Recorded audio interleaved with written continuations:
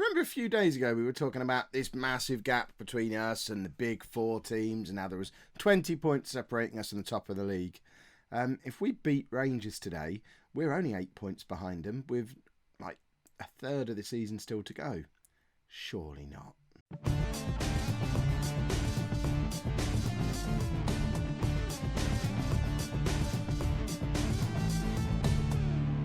Hello and welcome to Season 7, Episode 6 of Non-League to Legend. I'm Kev, and coming up on today's episode, we're away against Rangers and then at home against Aberdeen, both in the SPL. Form has been weird since you were last with me. We went on this really good run, which is how we've closed up that big gap that was behind the big four, because including the stuff that happened in the last episode where we didn't lose against Celtic, we then went on a winning run. Ignore the friendly that was in the middle of there. That was just to keep players fit during the winter break, because, you know, I've just come up from England. Winter break, Schminter-Schmreik. You lot are playing, so we did. And we came straight off the back of that and stuffed Hibs. We got through to the next round of the Scottish Cup just. Apparently we won that last year, so that clarifies that. You don't end up in Europe for winning the Scottish Cup, because we haven't been in Europe this year. So we're defending our Scottish Cup title. And then we really laboured and struggled to beat bottom of the league Queen of the South, and then lost convincingly to second bottom Dundee United.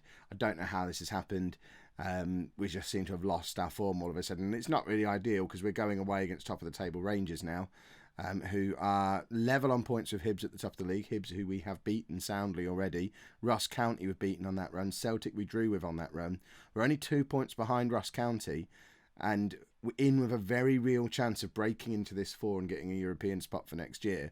But if we were to beat Rangers today, and I just wish we'd have beaten Dundee United, because they weren't second bottom. They must have been higher than that. I thought they were. And Queen of the South aren't second bottom.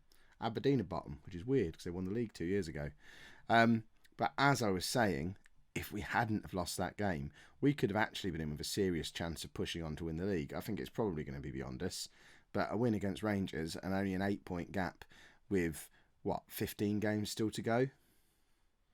We've done weirder stuff than that before. But we'll probably lose against Rangers today. 2 defeats on the trot, and then that puts paid to all that nonsense. So we can just focus on trying to be any good. Look at the average ratings as well. We've got the 3 best players in the division. We've got the top player for man of the match. We've got the top scorer. Little old Hamilton are doing all right.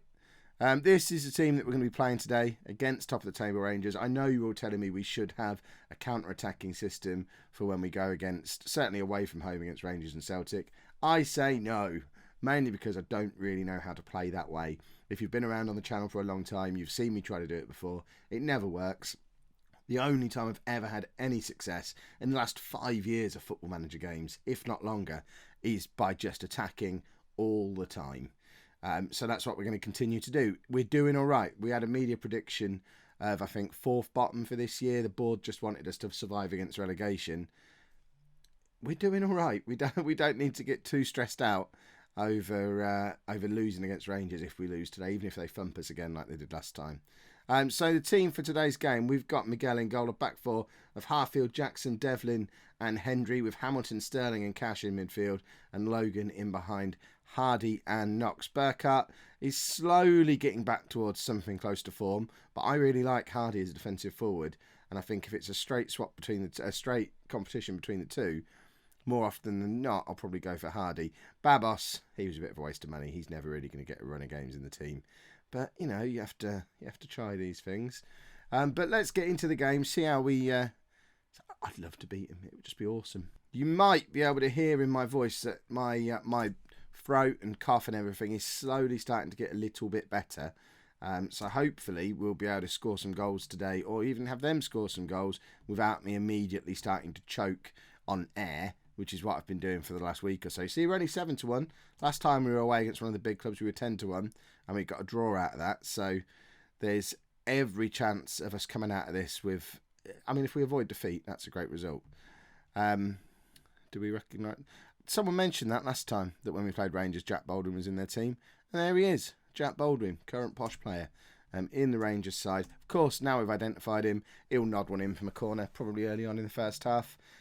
Because that's one of Kev's laws. Kev's laws of Football Manager. I think that's probably number 4. Behind stuff like don't ever save the game when you're on a winning run and all that stuff. Might have to put together some laws of Football Manager. That feels like a video I could do. That has been a really uneventful first half. Goodness me. Absolutely nothing happened. Stephen Hendry's picked up a bit of a knock. What's up with him? He's got a potential shin injury. Oh, by the way, we've got a new assistant manager. Our assistant manager went off to manage Falkirk. So we've promoted from within, and the guy who was our first team coach is now our assistant manager. I can't remember the names of either of them. But it did cause a few problems, and it's possibly the reason why we lost the game against Dundee United. Knox is in and we're 1-0 up away against Rangers.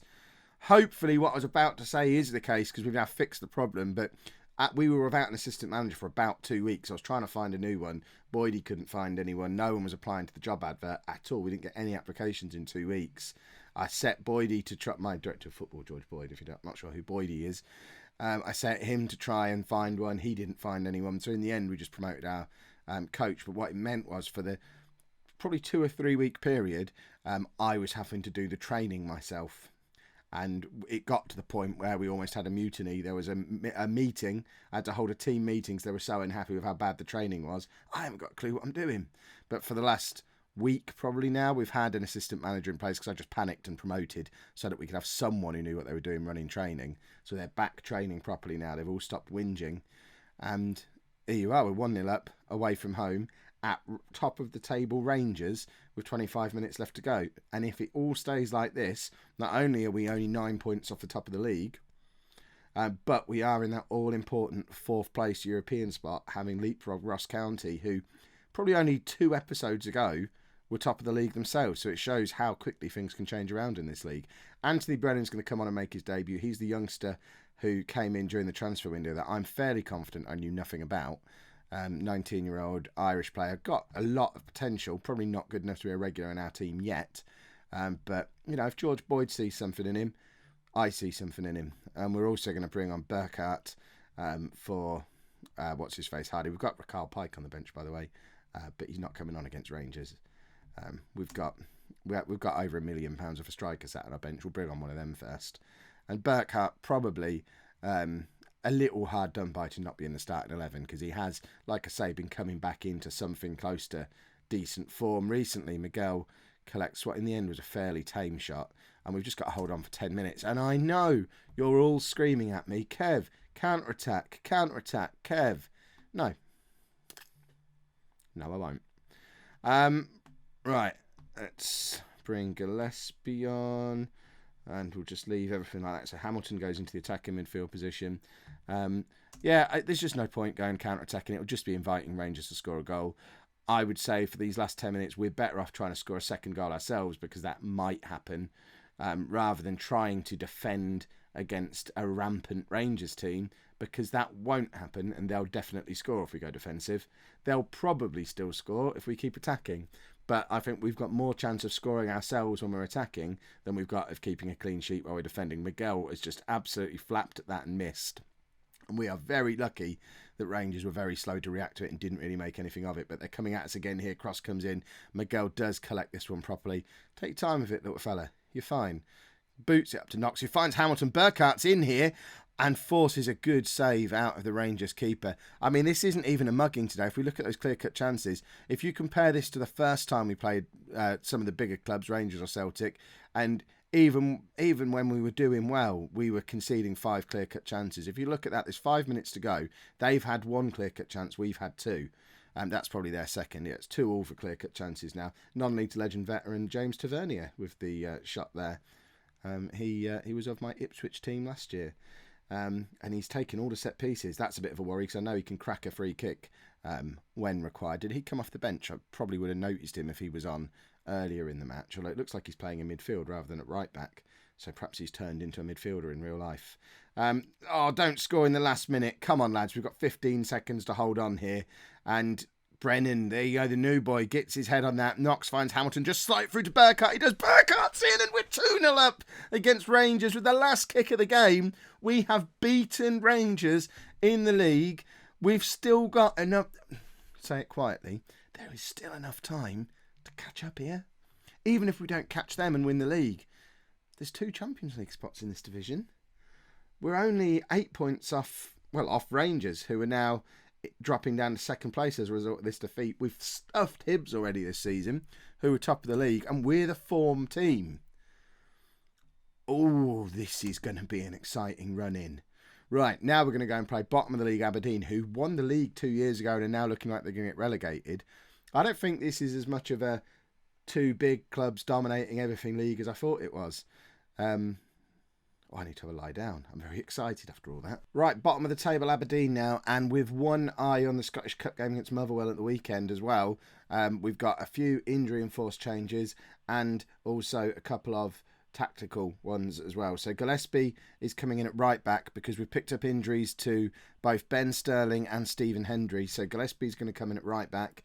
And we're also going to bring Doherty and Akpan into midfield with Matty Cash dropping down to the bench, and Burkhart comes in up front at the expense of Knox, who's being rested because...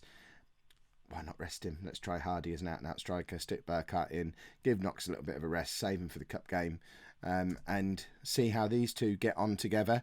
We're massive favourites, and if we're not winning with half an hour to go, we'll bring Knox on them. But I kind of, as much as I want to try and finish as high up the league as I possibly can, we're not going to win the league. We're not going to get into a Champions League spot. We could win the Scottish Cup, and I kind of want to do that, so we'll keep Knox for that. Yes, my players can play in any situation.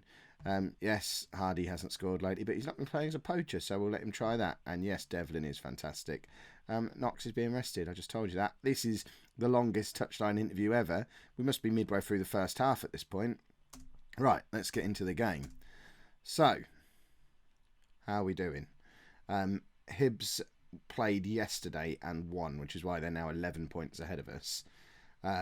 Rangers down to third now, so I guess they lost their next game as well, unless they're playing tonight as well. So a win tonight would put us just 6 points behind Rangers and make them catchable. Burkhart's in after less than 5 minutes. We're 1-0 up. We're starting to pull away from Ross County, who are in free fall. They're down to 6th place now, and they were top of the league for quite a long time. They're now in very real danger of not even making the cut. Is that what you call it? That's what I'm going to call it. They could be playing in the relegation half of the season when that comes into place. In only 6 games' time, I think, that comes in. Hardy's in now. Should have scored. That's no way to prove that you should be in the team regularly, young man. Dundee are now up to 5th place, so they're charging up the league as well because they were struggling down in a relegation battle 10 games ago. This is a very, very open league. I'm enjoying Scotland. Right, Hardy finds Logan. Logan loses the ball. A few of you have said Logan's not cutting it. Let's go and sign Jonathan Benteke. Believe me, I've tried. Southend wants £6 million for him. So that's never going to happen. So don't expect to see Jonathan Benteke in a Hamilton shirt anytime soon. For those of you who have been asking in the comments about Southend, as of right now, lower mid-table in the Championship. So fingers crossed they're not going to go down. I think they were 18th last time I looked. Graham Coughlin, still manager. And Logan is in. He can hear me saying Benteke. We've had 4 clear-cut chances in the first 10 minutes of this game, and we're only 1-0 up. Imagine if Knox had been playing. He'd have a hat-trick by now. I really hope that isn't going to come back and bite us. And for goodness sake, 13 minutes on the clock. With their first shot of the game, it's 1-1. Yes, I know we should have played Knox. Yes, we'd be 4-1 up now and we wouldn't care. Miguel should really do better than that. Don't get beaten at the near post, goalkeepers. Even if it's a good opportunity, it still looks bad. And we're being mugged at the moment. We've had 4 clear-cut chances. They've had none. And it's only 1-1. Although I think we've won a penalty. And I'm not sure what happened there. Handball, presumably. And there didn't look to be a foul in there. Gillespie's going to take the penalty. And fingers crossed, tuck it away. He does. It's 2-1. We're closing that gap back up on Rangers again. And continuing to pull away from Ross County. Although I think we need to stop worrying about Ross County now. It's Dundee who are going to be our threat to pull us out of a European spot, because Ross County have clearly had enough. Right, we just need to keep plugging away now. Keep doing what we're doing. Got an assist and a goal from our fullbacks in today's episode. It's like managing Ipswich again last year, with the fullbacks getting involved in all the attacks. We've had 5 clear-cut chances now.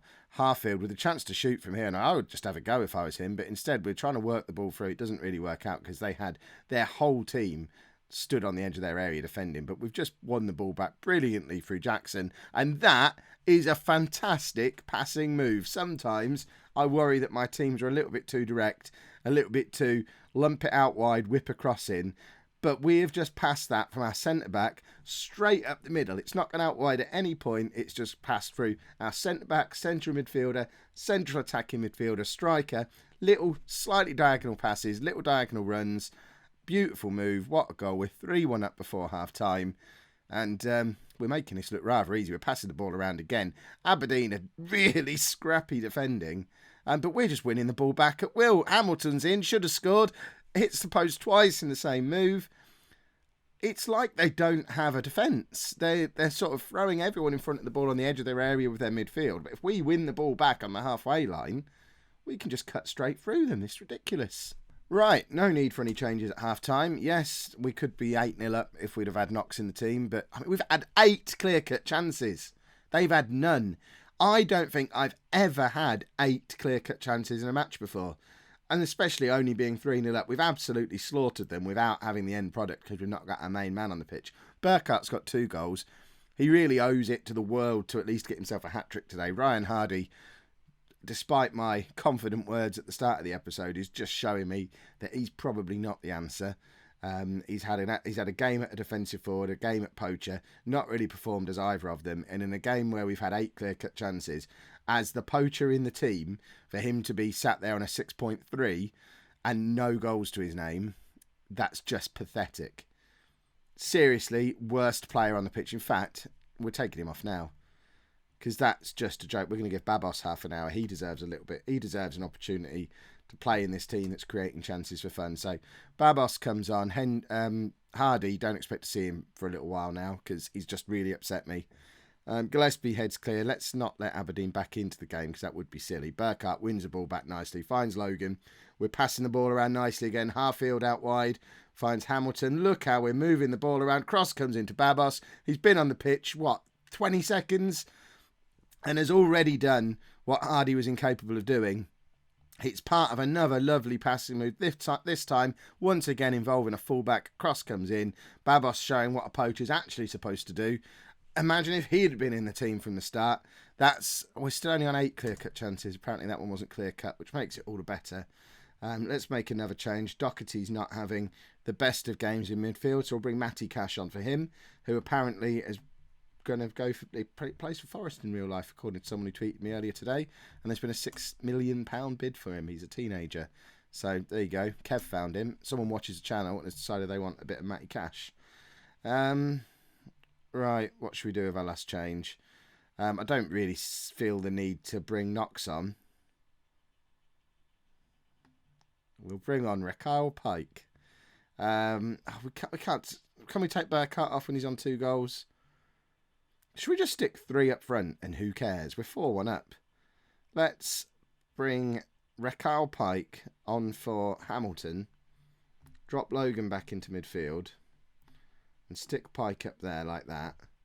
He can be the defensive forward because we know how good at that he is. And then Burkhart can play more of his natural game, which he wants to be an advanced forward.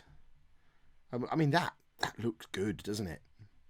Right, let's just see what happens, eh? Pike might be a superstar with those 2 either side of him.